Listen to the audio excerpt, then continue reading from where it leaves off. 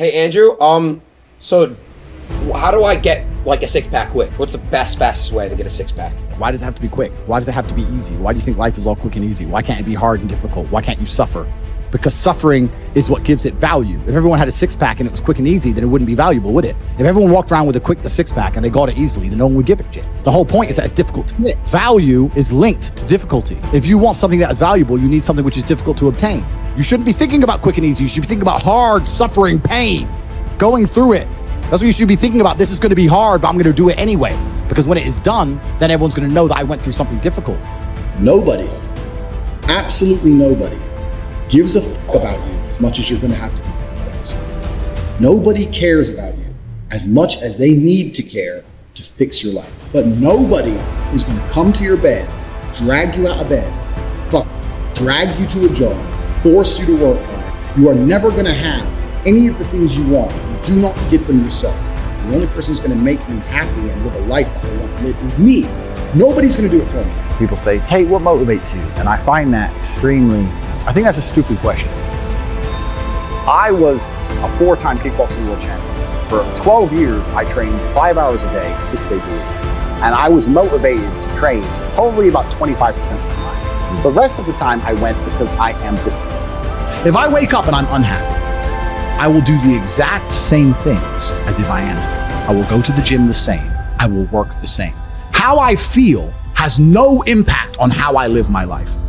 We're grown-ups and we have responsibilities and we have problems and we have pressure, and you don't necessarily have to be happy to perform, and happiness will come at the end of the performance anyway.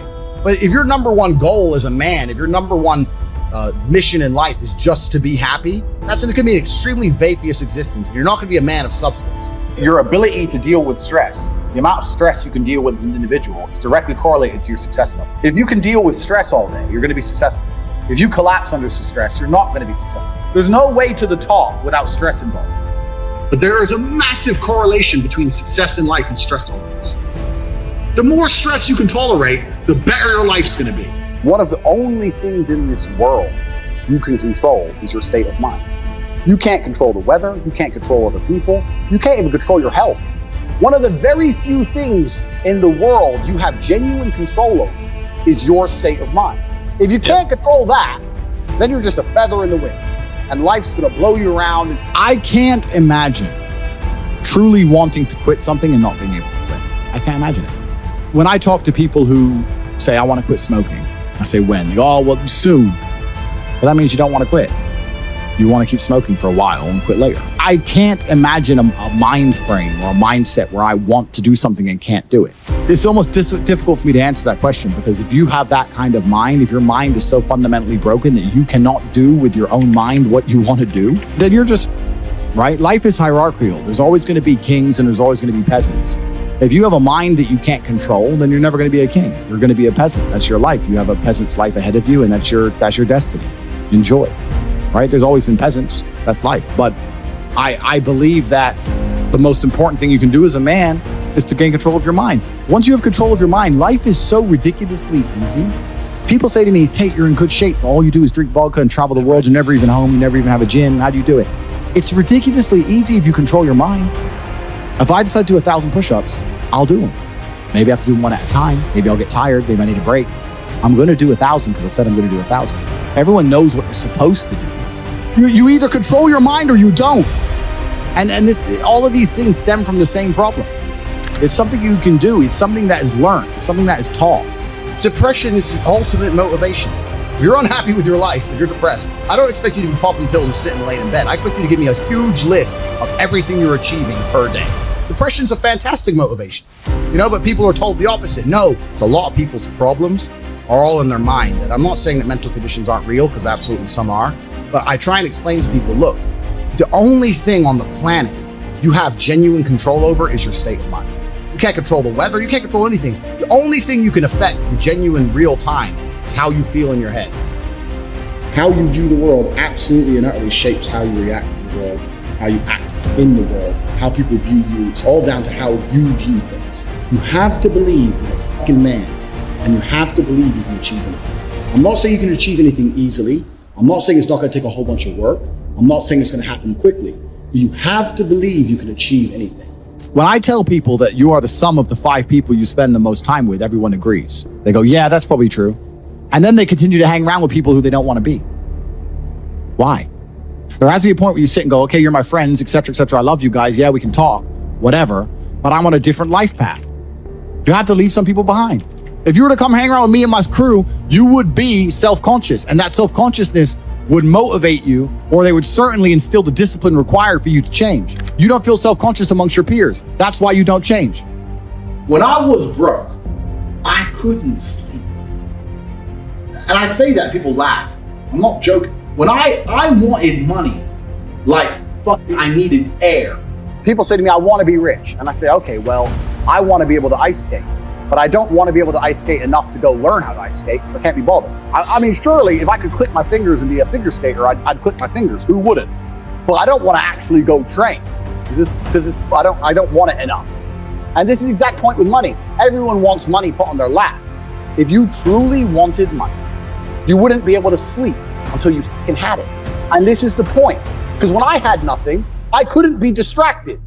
You couldn't distract me from what I wanted. Life when you're young is a completely different experience to life when you're older. When you're older, your life quality seriously decreases, massively. So you have about 10 to 15, maybe 20 years to find a way to get rich and enjoy being rich. And you got to put it all together, you got to do it quick. You have to start saying, I want to take money. Because that's how you have to think. You don't make it, you take it. So you have to start talking that way. You got to take money. Is that money isn't real. Money is like water. Money never stays still. If you can find and identify a place where money is moving, if you can find a place where money is moving and stand in the way, then the money is vulnerable. The problem is with the people out here, everyone has a dream, but not many people have a plan.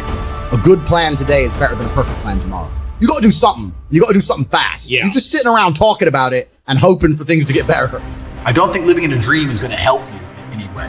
I think you need to be sitting here panicking at the fact that you don't have enough money.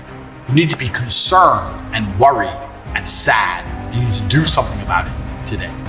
Because that's how I started my first business that made me $1 million. I sat in my room, pissed off, and I fucking came up with the idea. Most people see people with things they want and they don't do the second half. They don't try and work out how they got that thing. Oh, my man has a Ferrari. Okay. I wish I had a Ferrari. Okay. They don't sit there and go for an hour. How did he get a Ferrari? It doesn't cross that part is the part they don't want to do, right? They just go, oh, he has a Ferrari. Wish I had a Ferrari. And they go back to TV. Yeah. And that's why they lose. You need to understand that in this world, there's a whole bunch of people doing amazing shit that you are not doing. And that needs to piss you off. Because it pisses you off, you become motivated all of a sudden. You need to be annoyed, and I'm telling you to be angry. Anger is a fantastic force. You take that anger and you direct it in the correct direction. And listen, you may feel fired up for 10 minutes after this little talk. But you're not going to feel fired up forever. You need to put systems in place. You need to get discipline.